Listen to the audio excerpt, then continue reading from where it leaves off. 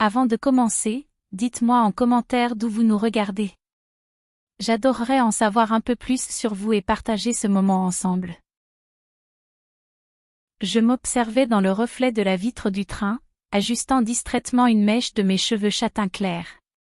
Paris s'éloignait, laissant place au paysage verdoyant de la campagne normande. Après des années à éviter ce lieu, j'y retournais enfin. Pas seulement pour les souvenirs, mais pour lui. Mathieu. Mon demi-frère. Nos parents avaient divorcé lorsque nous étions adolescents, et nous avions grandi séparés, lui avec notre mère à Lyon, moi avec notre père à Paris. Nous nous étions vus à peine, de loin en loin, lors de rares fêtes de famille. Mais cette fois, tout était différent. Une réconciliation forcée nous réunissait dans cette vieille demeure familiale où nous avions autrefois partagé nos étés insouciants. L'angoisse me serrait la poitrine. Une semaine à vivre sous le même toit que lui. Comment réagirais-je? Et lui? Le train ralentit à l'approche de la gare, me sortant de mes pensées. À mon arrivée, la chaleur des embrassades de mes tantes et cousins me rassura un peu. Pourtant, mon regard le chercha immédiatement. Et puis, il était là. Appuyé contre une vieille Peugeot, les bras croisés, un sourire en coin. Son regard bleu-gris me scruta avec une intensité troublante. Plus grand, plus charismatique que dans mon souvenir, il dégageait une assurance qui me déstabilisa. Mathieu, murmurai-je en m'approchant. Emma. Sa voix était grave, vibrante. Il m'attira contre lui pour une étreinte brève, presque impersonnelle. Pourtant, quelque chose dans sa manière de m'observer me laissa étrangement fébrile. La première soirée se déroula dans une ambiance festive. Rire, vin rouge, conversation l'animait. Assise à la grande table en bois, je sentais malgré moi la présence de Mathieu, juste à côté de moi. Chaque fois que je tournais la tête, nos regards se croisaient, comme un jeu silencieux dont je ne connaissais pas les règles. Quand l'agitation de la soirée laissa place à une ambiance plus feutrée, je pris l'air dans le jardin. Le vent nocturne caressait ma peau découverte par ma robe légère. « Tu fuis déjà ?» Sa voix derrière moi me fit sursauter. Mathieu s'avança lentement, les mains dans les poches. « Juste besoin de respirer, » répondis-je, tentant d'ignorer le trouble qui m'envahissait. « Je me souviens d'une époque où tu adorais être le centre de l'attention. Et moi, je me souviens que tu aimais te faire remarquer. » Il éclata de rire. Un silence s'installa entre nous alors que nous contemplions le ciel étoilé. « Tu as changé, » dit-il finalement. « Tout le monde change. Pas forcément en bien. Mais toi... » Il laissa sa phrase en suspens. Je sentis mon cœur accélérer. Ses yeux ne me quittaient pas. L'air semblait chargé d'une tension électrique que je ne savais comment interpréter. « Mathieu, je devrais rentrer. » Je fis un pas en arrière, brisant ce moment indéfinissable. Il me laissa partir avec un sourire énigmatique. Les jours suivants furent étranges. La maison était remplie de bruit et de vie, mais je ne pouvais ignorer la présence constante de Mathieu. Il était toujours là, près de moi, à la fois naturel et délibéré. Chaque geste, chaque regard semblait chargé de sous-entendus que je ne voulais pas déchiffrer. Le matin suivant, la famille partit en randonnée jusqu'au lac voisin. Prétextant de la fatigue, je restai à la maison, espérant profiter d'un moment de solitude. Mais à peine quelques minutes plus tard, des pas résonnèrent dans le couloir. « Tu ne viens pas ?» Mathieu était appuyé contre l'encadrement de la porte, un sourire en coin. « Je préfère rester ici. »« Alors je reste aussi. »« Ce n'est pas nécessaire. » Mais il était déjà installé sur le canapé en face de moi, me fixant avec une intensité troublante. J'essayais de me concentrer sur mon livre, mais c'était impossible. L'air vibrait d'une tension invisible. « Tu es toujours aussi sérieuse ?» demanda-t-il, un brin moqueur. « Peut-être que tu ne m'as jamais vraiment observé. »« Oh, je t'ai observé. » Sa voix était plus basse, plus lente. Je sentis un frisson me parcourir. « Les gens changent, Mathieu. Ça ne signifie rien. Ou peut-être que ça signifie plus qu'on ne veut l'admettre. Il se pencha légèrement en avant, assez près pour que je sente son souffle sur ma peau. Mon corps réagit malgré moi à cette proximité troublante. Je me levai brusquement. Je vais t'aider en cuisine. Je m'éloignai rapidement, mais je l'entendis murmurer mon prénom derrière moi. Cette nuit-là, alors que la maison dormait, des pas résonnèrent dans le couloir. Je retins mon souffle en entendant une main se poser doucement contre ma porte. Emma. Mathieu. Je ne répondis pas. Il resta là un instant, puis s'éloigna. Je me recroquevillai sous les draps, le cœur battant trop fort. Quelque chose était en train de changer. Une frontière se floutait dangereusement. Et ce qui m'effrayait le plus, c'était que je n'avais aucune envie de l'arrêter. Le matin suivant, la lumière dorée filtrait à travers les rideaux de ma chambre, mais mon esprit restait embué des événements de la veille. Je m'étais retourné des heures durant, hanté par le souvenir de la présence de Mathieu derrière ma porte. Ce simple geste, anodin en apparence, portait une signification que je refusais d'affronter. Je me préparai lentement, optant pour une robe fluide en lin crème, qui caressait ma peau à chacun de mes mouvements. Mes sandales en cuir faisaient un bruit feutré sur le parquet ancien tandis que je descendais rejoindre la famille pour le petit déjeuner. Mathieu était déjà là, attablé, son regard se levant immédiatement vers moi. Un frisson imperceptible parcourut mon échine sous son attention trop intense. Il ne disait rien, mais le sourire subtil qui effleurait ses lèvres parlait pour lui. « Bien dormi ?» demanda-t-il avec un amusement à peine voilé. « Très bien, merci. » Mensonge. Il le savait. La matinée s'écoula lentement, entre conversations légères et rires d'enfants courant dans le jardin. Pourtant, malgré la présence des autres, je sentais constamment ses yeux sur moi. C'était un jeu silencieux dont il semblait fixer les règles, et malgré moi, je jouais. L'après-midi, la famille décida d'organiser un pique-nique près du vieux moulin, une clairière isolée à quelques kilomètres de la maison. Je me retrouvai assise sur un plaid à l'ombre d'un chêne, une coupe de vin entre les doigts, lorsque Mathieu vint s'installer juste à côté de moi, réduisant dangereusement l'espace entre nos corps. « Toujours en train de fuir ?» murmura-t-il, assez bas pour que seul moi l'entende. « Et toi, toujours en train de me traquer ?» Un sourire s'étira sur ses lèvres. « Si tu n'arrêtais pas de me donner une raison de le faire ?» Sa main frôla accidentellement ma cuisse, un contact si furtif que j'aurais pu croire l'avoir imaginé. Pourtant, l'effet fut immédiat, un frisson me traversa, et ma respiration se fit plus courte. Je me redressai brusquement. Je vais chercher de l'eau. Je viens avec toi. Je soupirai, consciente qu'il n'abandonnerait pas si facilement. Nous nous éloignâmes du groupe en silence, le soleil jouant dans les feuilles au-dessus de nous, projetant des ombres mouvantes sur nos visages.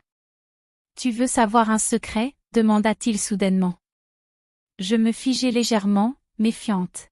« Dis-moi. » Il s'arrêta et se tourna vers moi, ses yeux bleus capturant les miens. « Je crois que tu aimes ce jeu autant que moi. » Mon souffle se bloqua dans ma gorge. Avant que je ne puisse répliquer, il fit un pas de plus, réduisant à néant la distance qui nous séparait. « Dis-moi que j'ai tort. » Sa voix était un murmure rauque, un défi suspendu entre nous. Je déglutis, le cœur battant trop vite. Ce n'est pas un jeu, Mathieu. Alors pourquoi es-tu toujours là, si proche, si consciente de moi? Ses doigts glissèrent brièvement contre mon bras, effleurant ma peau brûlante sous le soleil d'été. Je frémis sous l'intensité de ce contact, mais refusai de céder. Parce que je ne vais pas te laisser me manipuler. Un éclat amusé brilla dans son regard, mais quelque chose de plus profond y brûlait aussi.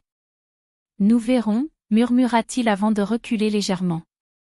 Ce fut moi qui détournai les yeux la première. La fin de la journée se déroula sous une tension latente. Chaque interaction avec lui était comme marcher sur un fil tendu au-dessus du vide. Je savais qu'un faux pas suffirait à tout précipiter dans l'irréversible. Le soir venu, Alors que la maison sombrait lentement dans le silence, je pris un bain chaud pour tenter d'apaiser mon esprit enfiévré. L'eau enveloppa mon corps dans une caresse réconfortante, mais mes pensées étaient ailleurs. Je repensais à son regard, à ses mots, aux frissons qu'il éveillait en moi malgré ma volonté. Puis, un bruit. Un froissement discret derrière la porte. Je me redressai légèrement, l'eau coulant lentement le long de mes épaules. Mathieu. Silence. Puis, après une seconde interminable, des pas qui s'éloignent. Je restai immobile, le cœur battant à tout rompre. Il testait mes limites. Et je n'étais plus sûre d'en avoir encore. La chaleur de l'été emplissait la maison, rendant l'air plus épais, plus oppressant. Chaque pièce semblait vibrer sous une tension invisible, une tension qui ne venait pas uniquement de la température. Mathieu et moi avions franchi une limite que je refusais de nommer. Il ne m'avait jamais touché de manière explicite, et pourtant, chaque regard, chaque frôlement involontaire était une épreuve que je devais affronter avec un calme fin. Ce matin-là, j'avais choisi une robe en mousseline bleu pâle, si légère qu'elle flottait autour de moi à chaque pas pieds nus sur le parquet frais, je me dirigeais vers la cuisine pour préparer un café. Je n'étais pas seule. Mathieu était là, accoudé au comptoir, vêtu d'un simple pantalon en lin et d'une chemise entr'ouverte sur son torse bronzé. Son regard parcourut mon corps avec une lenteur insupportable. « Tu as bien dormi ?» demanda-t-il, sa voix encore plus rauque que d'habitude. « Oui. » Mensonge. Il sourit. « J'ai rêvé de toi. » Je sentis mon ventre se nouer. « Ne dis pas ce genre de choses. » Il se redressa lentement, s'approchant jusqu'à ce que je puisse sentir son odeur, mélange de bois et d'agrumes. « Pourquoi pas ? Ça te dérange ? » « Évidemment que ça me dérange, répondis-je, tentant de maintenir un ton neutre. « Alors pourquoi tu trembles ? » Mon souffle se bloqua. Il avait raison. Je fis un pas en arrière, percutant le comptoir derrière moi. Il en profita pour réduire encore plus la distance. « Tu ne veux pas que je sois proche ? » murmura-t-il. « Non. » Mensonge, encore une fois. Son doigt glissa lentement contre mon bras nu, un contact presque innocent. Presque. Dis-moi d'arrêter. Ses lèvres étaient si proches des miennes que je pouvais sentir sa chaleur. J'allais parler, mais un bruit derrière nous me sauva de moi-même. Une tante entra dans la cuisine, nous jetant un regard distrait avant de prendre un verre d'eau. Mathieu recula lentement, comme s'il savourait mon trouble. On continue plus tard, souffla-t-il en quittant la pièce, me laissant brûlante d'une frustration que je n'aurais jamais dû ressentir. L'après-midi, j'avais espéré que la distance et la présence de la famille apaiseraient l'incendie qui couvait en moi. Mais tout semblait conspirer contre moi. Le groupe décida de passer la journée au bord du lac, un endroit où nous avions passé tant d'été étant enfants. L'eau scintillait sous le soleil, et j'en profitai pour nager seul un instant, appréciant la fraîcheur sur ma peau échauffée. Lorsque je revins vers la rive, Mathieu était là. Assis sur le ponton en bois, il observait mes mouvements avec une intensité troublante. Son regard glissa sur l'eau perlée qui ruisselait le long de mes cuisses, sur le tissu mouillé de mon maillot qui collait à mon corps. Je savais ce qu'il voyait. Je montai sur le ponton, tentant d'ignorer le frisson qui me parcourut lorsque je passai près de lui. Mais il ne me laissa pas m'échapper. Sa main se referma doucement sur mon poignet. « Reste un peu. » Je savais que je devais partir. Je savais que si je restais, quelque chose d'irréversible arriverait. Mais je ne bougeais pas. Il tira légèrement sur mon bras, m'attirant vers lui jusqu'à ce que je me retrouve entre ses jambes, prisonnière sans être réellement retenue. « Pourquoi tu fais ça ? » soufflai-je. « Pourquoi tu laisses faire ?» répondit-il simplement. Je n'eus pas le temps de réfléchir à une réponse. Ses doigts glissèrent lentement contre mon cou, descendant le long de mon bras dans une caresse à peine perceptible. Mon corps entier frissonna sous ce contact insupportablement lent. Son visage se rapprocha du mien. « Je peux t'embrasser ? » J'aurais dû dire non. J'aurais dû fuir. Mais je ne fis rien. Et lorsqu'il franchit enfin la dernière frontière, je ne le repoussai pas. Ses lèvres effleurèrent les miennes, un contact si léger qu'il en était presque cruel. Il attendait une réaction, un signe. Et malgré moi, je lui donnai. Ma main s'accrocha à sa chemise, réduisant la dernière distance qui nous séparait. Le baiser fut lent, brûlant d'un désir trop longtemps contenu. Sa main se posa sur ma hanche nue, son pouce dessinant de petits cercles sur ma peau humide. Je ne voulais pas penser. Je voulais juste sentir. Mais la réalité nous rattrapa trop vite. Des voix approchaient.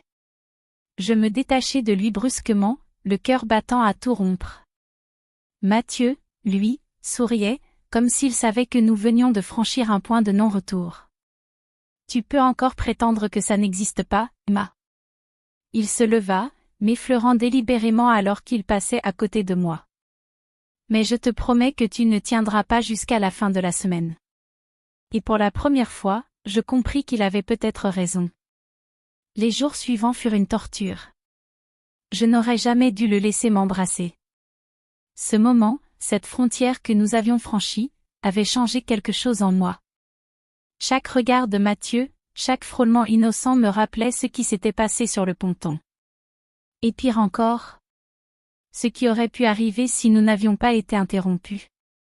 Ce matin-là, j'avais décidé de l'éviter. Je m'habillai rapidement, enfilant une jupe fluide couleur crème et un chemisier léger, espérant me fondre dans la masse de la famille réunie autour du petit déjeuner. Mais il était là. Assis en bout de table, un café à la main, il discutait avec insouciance. Pourtant, lorsqu'il croisa mon regard, son sourire changea. C'était ce même sourire énigmatique, presque provocateur, qui m'avait hanté toute la nuit. Je baissai les yeux, concentré sur mon assiette, mais je sentais son regard glisser sur moi comme une caresse invisible. Quand le repas fut terminé, la famille décida d'aller visiter un vignoble voisin. Je vais rester à la maison, annonçai-je, prétextant un mal de tête. Je n'avais pas remarqué que Mathieu n'avait rien dit. Pas avant que la maison ne se vide, et que je comprenne que nous étions seuls. Le silence était pesant. Je me réfugiai dans la bibliothèque, espérant trouver un peu de répit dans mes lectures. Mais à peine avais-je pris un livre que j'entendis des pas derrière moi. Je n'eus pas besoin de me retourner pour savoir qui c'était. Tu fuis encore. Sa voix était plus basse que d'habitude, plus rauque. Je veux juste être tranquille. Mensonge. J'entendis la porte se refermer doucement. Il s'approcha lentement, son regard brûlant chaque parcelle de mon corps. Arrête, soufflai-je. Arrêtez quoi? Demanda-t-il, s'arrêtant juste derrière moi. Je pouvais sentir sa chaleur. Ses mains ne me touchaient pas, mais elles n'étaient pas loin. Arrête de jouer avec moi. Il rit doucement. Emma. Sa voix était un murmure contre ma nuque. Tu sais très bien que ce n'est pas un jeu. Je me retournai brusquement, voulant mettre une distance entre nous. Mais il ne recula pas. Nos visages n'étaient qu'à quelques centimètres l'un de l'autre. Mon souffle se bloqua lorsqu'il tendit la main pour effleurer une mèche de mes cheveux, la glissant derrière mon oreille. Dis-moi de partir. Ses doigts glissèrent lentement sur ma joue, traçant une ligne brûlante sur ma peau. Dis-le, et je m'en vais. Je devais parler. Je devais dire quelque chose. Mais je ne pouvais pas. Je restais figé, le regard noyé dans le sien, mon cœur battant si fort qu'il résonnait jusque dans ma poitrine. Alors il sourit. Et il comprit. Tout se passa trop vite et trop lentement à la fois. Ses lèvres effleurèrent les miennes, un contact à peine perceptible. Je voulais le repousser. Je voulais m'accrocher à lui. Quand il approfondit le baiser, ce fut comme une déflagration. Ses mains se posèrent sur mes hanches, me tirant contre lui. Je sentis chaque muscle tendu sous sa chemise, la chaleur de son corps contre le mien. Mes doigts s'accrochèrent à son torse, incapables de décider si je voulais l'arrêter ou l'attirer encore plus près. Le baiser se fit plus pressant, plus exigeant. Un gémissement m'échappa malgré moi. C'était trop. C'était bien trop dangereux. Non, murmurai-je, brisant le contact. Je reculai précipitamment, le souffle court. Il me regarda, les pupilles dilatées, la poitrine se soulevant rapidement sous l'effet du désir. Mais il ne fit rien pour me retenir. Pourquoi tu luttes autant contre ce que tu ressens? Parce que c'est interdit, répondis-je d'une voix tremblante. Il secoua la tête, un sourire triste aux lèvres. Rien d'aussi fort ne devrait être interdit. Je n'avais pas de réponse à ça. Je pris une grande inspiration, fuyant la bibliothèque avant qu'il ne puisse dire autre chose. Mon cœur battait encore trop fort lorsque je refermai la porte de ma chambre derrière moi.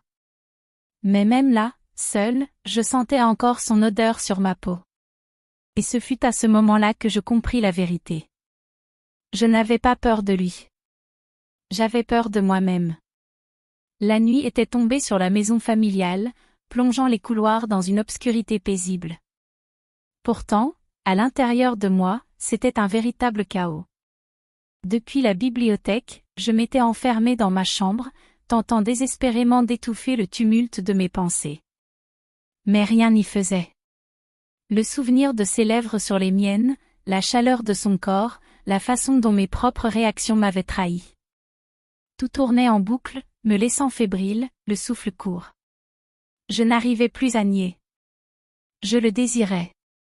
L'interdit, le danger, la peur. Tout se mêlait dans un mélange explosif qui me consumait. Un bruit dans le couloir me fit sursauter. Des pas. Lents. Précis. Ils s'arrêtèrent juste derrière ma porte. Je fermai les yeux, sachant déjà qui c'était. Un long silence s'étira, étouffant, insoutenable. Puis, un murmure. Emma. Sa voix était rauque, plus grave que d'habitude. Je savais qu'il ne partirait pas. Je devais prendre une décision. Ma main tremblait lorsque je tournai la poignée. Mathieu se tenait là, adossé au chambranle, le regard brûlant d'une intensité indéchiffrable. Il ne parla pas. Il n'en avait pas besoin. Mon cœur battait si fort que j'avais l'impression qu'il allait exploser. Dis-moi de partir, et je le ferai. Les mots étaient un écho du passé. Je ne répondis pas. Et ce silence, cette hésitation, fut ma véritable réponse. Il entra lentement, refermant la porte derrière lui. L'air devint plus épais. Plus lourd. Son regard glissa sur moi, capturant chaque détail, ma robe légère, mes pieds nus sur le parquet froid, mes mains crispées sur le tissu fin. Tu es belle comme ça. Je frémis sous son regard. Il s'approcha lentement, et je restai immobile. Son souffle effleura ma joue. Sa main frôla la courbe de mon bras, traçant un chemin invisible jusqu'à ma taille. Emma. Il me testait. Il voulait voir jusqu'où j'étais prête à aller. Et moi aussi. Je fermai les yeux, laissant sa main glisser doucement le long de ma hanche, son toucher à peine perceptible mais suffisant pour enflammer chaque nerf de mon corps. Tout mon être l'appelait. Tout, sauf ma raison. Mathieu, murmurai-je, ma voix presque inaudible. Son regard plongea dans le mien, une lueur d'attente dans les pupilles dilatées. Et ce fut à ce moment-là que tout bascula. J'avais cru que je pouvais lutter. J'avais cru que je pouvais l'arrêter. Mais je venais de comprendre que je n'avais jamais eu la moindre chance. Le lendemain matin, la maison s'éveilla doucement, emplie du bruit des tasses entrechoquées et des conversations légères. Je restai longtemps allongé dans mon lit, les draps froissés autour de moi, mon corps encore marqué par la veille. Je n'arrivais pas à croire ce que j'avais fait. Ce que nous avions fait. Mais le pire, c'est que je ne regrettais rien. Le poids de cette réalisation me coupa le souffle. Je devais partir. Avant que cela ne devienne encore plus dangereux. Avant que je ne sois incapable de revenir en arrière. Je me levai précipitamment, rassemblant mes affaires dans un sac. Je devais quitter cette maison. Mais alors que j'ouvrais la porte de ma chambre, mon cœur se figea. Mathieu était là. Appuyé contre le mur du couloir, les bras croisés, un sourire amusé aux lèvres. Tu comptes fuir encore longtemps? Mon souffle se bloqua. Je rentre à Paris. Il haussa un sourcil, son regard s'assombrissant. Pourquoi? Je détournai les yeux, incapable de soutenir son regard. Parce que c'est la seule chose raisonnable à faire. Il resta silencieux un instant, m'observant avec cette intensité insoutenable. Puis, lentement, il s'approcha. Tu peux essayer de me fuir, Emma. Sa main effleura mon poignet, un contact trop léger et pourtant dévastateur. Mais tu sais aussi bien que moi, que ce n'est pas fini. Je sentis mon cœur se serrer. Parce que j'avais la terrible sensation qu'il avait raison. Ce n'était que le début.